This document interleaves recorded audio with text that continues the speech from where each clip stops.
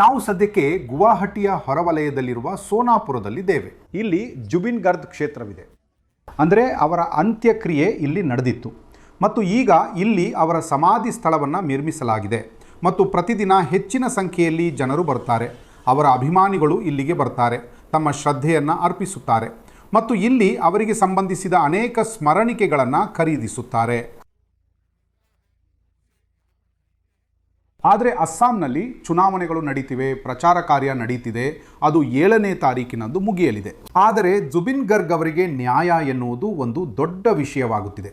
ಏಕೆಂದರೆ ಕಾಂಗ್ರೆಸ್ ಪಕ್ಷವು ತನ್ನ 5 ಭರವಸೆಗಳಲ್ಲಿ ಒಂದರಲ್ಲಿ ಕಾಂಗ್ರೆಸ್ ಪಕ್ಷದ ಸರ್ಕಾರ ಬಂದರೆ 100 ದಿನಗಳೊಳಗೆ ಜುಬಿನ್ ಗರ್ಗ್ ಅವರ ಸಾವಿನ ಆರೋಪಿಗಳಿಗೆ ಯಾರ ವಿರುದ್ಧ ಚಾರ್ಜ್ ಶೀಟ್ ಸಲ್ಲಿಸಲಾಗಿದೆಯೋ ಅವರಿಗೆ ಶಿಕ್ಷೆ ಕೊಡಿಸಲಾಗುವುದು ಎಂದು ಹೇಳಿದೆ. ಇನ್ನೊಂದೆಡೆ ಬಿಜೆಪಿಯವರು ಹೇಳುವುದೇನೆಂದರೆ ಇದು ಚುನಾವಣಾ ವಿಷಯವಾಗಬಾರದು, ಯಾಕೆಂದರೆ ಇದರಲ್ಲಿ ಶೀಘ್ರ ವಿಚಾರಣೆ ನಡೆಯುತ್ತಿದೆ ಮತ್ತು ಮುಂದಿನ 1 ತಿಂಗಳೊಳಗೆ 100 ದಿನ ಕಾಯುವ ಅಗತ್ಯವೂ ಇರುವುದಿಲ್ಲ. ಮುಂದಿನ 1 ತಿಂಗಳೊಳಗೆ ಯಾರು ದೋಷಿಯೋ, ನ್ಯಾಯಾಲಯದ ತೀರ್ಪು ಏನಿದೆಯೋ ಅದು ಬರ್ತದೆ ಮತ್ತು ನ್ಯಾಯಾಲಯದ ವಿಷಯದಲ್ಲಿ ಕಾಂಗ್ರೆಸ್ ಪಕ್ಷವು ಯಾವುದೇ ಭರವಸೆ ನೀಡುವುದನ್ನು ತಪ್ಪಿಸಬೇಕಿತ್ತು. ಆದರೆ ಸದ್ಯಕ್ಕೆ ಒಂದು ವಿಷಯವಂತೂ ಖಚಿತ, ರಾಜಕೀಯ ಒತ್ತಡದಿಂದಾಗಿ, ಏಕೆಂದರೆ ಬಿಜೆಪಿಗೂ ಇದು ಒಂದು ದೊಡ್ಡ ವಿಷಯ ಎಂದು ಅನಿಸುತ್ತಿದೆ. ಅವರನ್ನು ಇಷ್ಟಪಡುವ ಜನರ ಸಂಖ್ಯೆಯು ಲಕ್ಷಾಂತರದಲ್ಲಿದೆ. ಆದ್ದರಿಂದ ಈ ಪ್ರಕರಣವನ್ನು ಫಾಸ್ಟ್ ಟ್ರ್ಯಾಕ್ ಮಾಡಲಾಗುತ್ತಿದೆ. ಇದನ್ನು ದೊಡ್ಡ ವಿಷಯವನ್ನಾಗಿಸಬಾರದು ಎಂದು ಪ್ರಯತ್ನಿಸಲಾಗುತ್ತಿದೆ. ಆದ್ದರಿಂದ ಶೀಘ್ರ ವಿಚಾರಣೆ ನಡೆಸಿ, ಕನಿಷ್ಠ ಪಕ್ಷ ಈ ಶೀಘ್ರ ವಿಚಾರಣೆಯು ಪ್ರಚಾರದ ಸಮಯದಲ್ಲಿ ಪ್ರಾರಂಭವಾಗಿದೆ. ಮತದಾನ 9ನೇ ತಾರೀಕಿನಂದು ನಡೆಯಲಿದೆ. ಅಲ್ಲಿಯವರೆಗೆ ತೀರ್ಪು ಬರುವ ನಿರೀಕ್ಷೆ ಇಲ್ಲ. ಆದರೆ ಹೌದು, ಮುಂಬರುವ ದಿನಗಳಲ್ಲಿ ಈ ವಿಷಯ ಏನಿದೆ, ಜುಬಿನ್ ಗರ್ಗ್ ಅವರ ದೋಷಿಗಳಿಗೆ ಶಿಕ್ಷೆ ಕೊಡಿಸುವ ಈ ಸಂಪೂರ್ಣ ವಿಷಯ ಏನಿದೆ, ಇದು ಕನಿಷ್ಠ ಮುಂದಿನ 30ರಿಂದ 45 ದಿನಗಳಲ್ಲಿ ಖಂಡಿತವಾಗಿಯೂ ಇದರಲ್ಲಿ ನ್ಯಾಯಾಲಯದ ತೀರ್ಪು ಬರಲಿದೆ. ಈಗ ಚುನಾವಣೆಯಲ್ಲಿ ಇದು ಒಂದು ದೊಡ್ಡ ವಿಷಯವಾಗುತ್ತಿದೆ. ಇದಂತೂ ಬೀರ್ಭಿಯ ವಿಷಯವಾಗಿದೆ. ಆದರೆ ಕೇಳಿಯೇ ಕೇಳಿರ್ತೀರ, ವರ್ಷದಲ್ಲಿ ಆಗೋದು ಆಗೇ ಆಗುತ್ತೆ. ನಿಮಗೇನನ್ಸತ್ತೆ, ಜುಬಿನ್ ಗರ್ಗ್ ಅವರ ಸಾವು ಏನಾಗಿತ್ತು? ಆಕ್ಚುಲಿ ಇದನ್ನ ಈಗ ಹೇಳೋಕ್ಕಾಗಲ್ಲ. ನೀವೆಲ್ಲರೂ ಏನು ಯೋಚಿಸ್ತೀರಿ? ಈಗ ನಾವು ಹೇಗೆ ಹೇಳೋದು ಅದು ಸಾವು ಅಂತ? ಇದು ದೊಡ್ಡ ದುರ್ಘಟನೆ. ಈಗಂತೂ ಹೇಳೋಕ್ಕಾಗಲ್ಲ ಅಲ್ವಾ ನಾವು? ಆದರೆ ಜುಬಿನ್ ನಿಮ್ಮೆಲ್ಲರಿಗೂ ತುಂಬಾ. ಹೌದು, ಜುಬಿನ್ ನಮ್ಮ ಹಾರ್ಟ್ ನಮ್ಮ ಜೊತೆ ಇರುತ್ತಾನೆ. ಈಗ ಇಷ್ಟು ಜನರಿದ್ದಾರೆ ಅಂದ್ರೆ ಒಂದೇ ದಿನದಲ್ಲಿ ಹೊರಟು ಹೋಗ್ತಾರೆ. ನಮಗೆ ಮಾತಾಡೋಕೆ ಆಗಲ್ಲ. ಅಂದ್ರೆ ನಮಗೆ ನ್ಯಾಯ ಸಿಗಬೇಕು.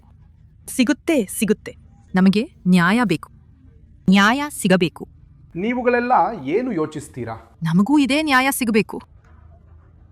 ಜುಬಿನ್ಗೆ ನ್ಯಾಯ ಸಿಗಬೇಕು ಅಂತ ಅನ್ಸುತ್ತೆ. ಈ ಬಾರಿ ಚುನಾವಣೆಯಲ್ಲಿ ಏನಾಗಿದೆ ಅಂದ್ರೆ, ಜುಬಿನ್ ಗರ್ಗ್ಗೆ ನ್ಯಾಯ ಸಿಗುವ ಬಗ್ಗೆ ನೀವೆಲ್ಲರೂ ಏನು ಯೋಚಿಸ್ತೀರಾ? ಹೌದು, ನ್ಯಾಯ ಸಿಗೋದು ತುಂಬಾ ತಡವಾಗಿದೆ. ಅವನು ಏನ್ ಹೇಳ್ತಿದ್ದಾನೆ ಕೇಳಿದ ಪ್ರಕಾರ ಹೇಮಂತ್ ಸರ್ ಏನ್ ಹೇಳ್ತಿದ್ದಾರೆ ಅಂದ್ರೆ, ಅವನಿಗೆ ಜುಬಿನ್ ದಾನ ಕ್ಷೇತ್ರ ಬೇಡ. ಜುಬಿನ್ ದಾ ನಮ್ಮ ಸರ್ ಮತ್ತು ದೇವರು. ನೀವೇನು? ಇಲ್ಲ, ನಮ್ ಸಿಎಂ ಸರ್ ಇದಾರಲ್ಲ, ಅವ್ರು ಹೇಳಿದ್ರು ಯಾವಾಗ ಜುಬಿನ್ ದಾಗೆ ನ್ಯಾಯ ಸಿಗುತ್ತೋ ಆವಾಗ್ಲೇ ಅವರಿಗೆ ವೋಟ್ ಸಿಗೋದು ಅಂತ. ಹಾಗೆ ಹೇಳಿದ್ರು. ಆದ್ರೆ ಇಲ್ಲಿಯವರೆಗೂ ಯಾವುದೇ ನ್ಯಾಯ ಸಿಕ್ಕಿಲ್ಲ. ಈಗಂತೂ ಏನೂ ಸಿಕ್ಕಿಲ್ಲ ಅಂತ ಕಾಣಿಸ್ತಿದೆ. ಹೀಗೆ ಹೇಳಿಬಿಟ್ರು.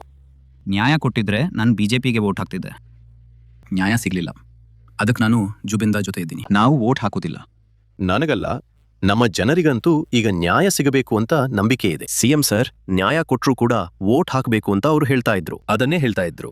ನಾವು ಅದನ್ನು ನೋಡಲು ಪ್ರಯತ್ನಿಸುತ್ತಿದ್ದೇವೆ. ಈಗಲೂ ಸಮಯವಿದೆ. 8-10 ದಿನ ಬಾಕಿ ಇದೆ ಎಲೆಕ್ಷನ್ಗೆ.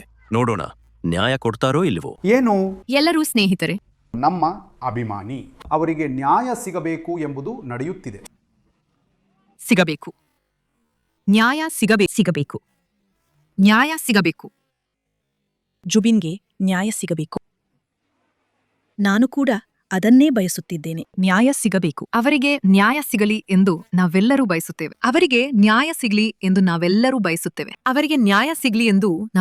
ಬಯಸುತ್ತೇವೆ. ಸಿಗಲಿ.